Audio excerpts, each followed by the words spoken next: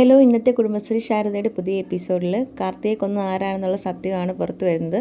അങ്ങനെ മധുശ്രീ ഇങ്ങനെ ആലോചിക്കുകയാണ്, ഞാൻ ഹർഷനെ എത്ര കാര്യമായിട്ടാണ് സ്നേഹിച്ചിരുന്നത്. അതിനിടയ്ക്ക് മധുശ്രീ വന്ന് ഇങ്ങനെ ഓരോ പ്രശ്നങ്ങൾ ഉണ്ടാക്കിയാണെന്നും വിഷ്ണുവേട്ടനും ശാലിനിയായിട്ട് എത്രമാത്രം സ്നേഹിക്കുന്നുണ്ട്, അവരിനി ഒന്നിച്ചേ പറ്റത്തുള്ളൂ, സത്യാമ്മയുടെ സത്യങ്ങളെല്ലാം പറയണം എന്നൊക്കെ കാർത്തിക ഇങ്ങനെ പറഞ്ഞുകൊണ്ടിരിക്കുക. അപ്പോഴത്തേക്കിനുമാണ് അങ്ങനെ മനസ്സ് വിചാരിച്ചുകൊണ്ടിരിക്കുമ്പോഴത്തേനാണ് തൻ്റെ മുന്നിലേക്ക് മധുശ്രീ വരുന്നത്. മധുശ്രീക്ക് എന്തൊക്കെയോ പന്തികേട് തോന്നുന്നുണ്ട്. ഇതേ സമയം മധുശ്രീ ഇങ്ങനെ ആലോചിക്കുകയാണ്, ചന്ദ്രബോസ് മറ്റേ വീഡിയോ കാണിക്കുന്നുണ്ടല്ലോ, ഈ വിഷ്ണു കാർത്തികയുടെ നേരെ കത്തി വാങ്ങുന്ന വീഡിയോ ഒക്കെ മധുശ്രീയാണ് എടുത്തതെന്നുള്ള കാര്യമൊക്കെ മധുശ്രീ ഇങ്ങനെ ആലോചിക്കുകയാണ്.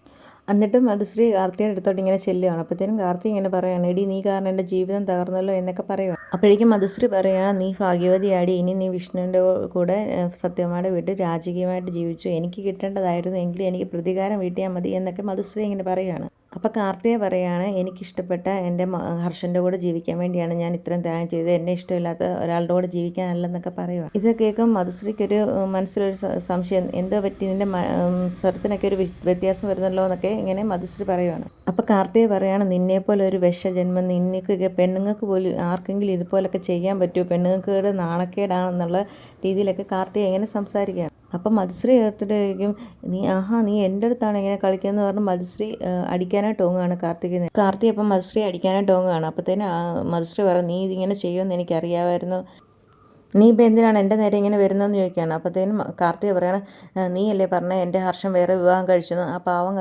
വിഷ്ണുവേട്ടനെ ശാലിനി ഒന്നിപ്പിക്കാതിരിക്കാൻ വേണ്ടി നീ എന്നിൽ കൂടെ പ്രതികാരം ചെയ്യുമല്ലായിരുന്നു എന്ന് ചോദിക്കുകയാണ്.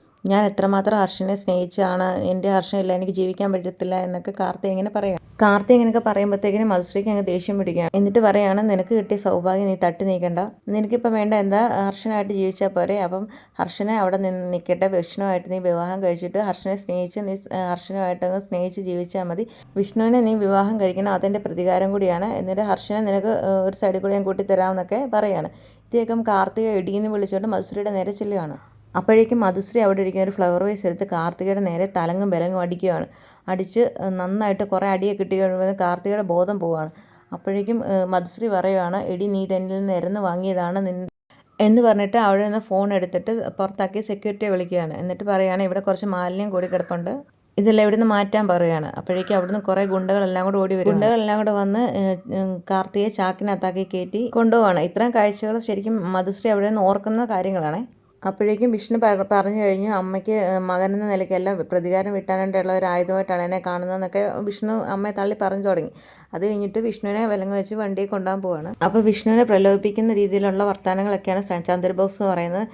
ഞങ്ങൾ നേരത്തെ പ്ലാൻ ചെയ്ത കാര്യമാണ് നിന്നെ ഇതുപോലെ ഇങ്ങനെ കിട്ടാമെന്നൊക്കെയുള്ള രീതി പറയുകയാണ്.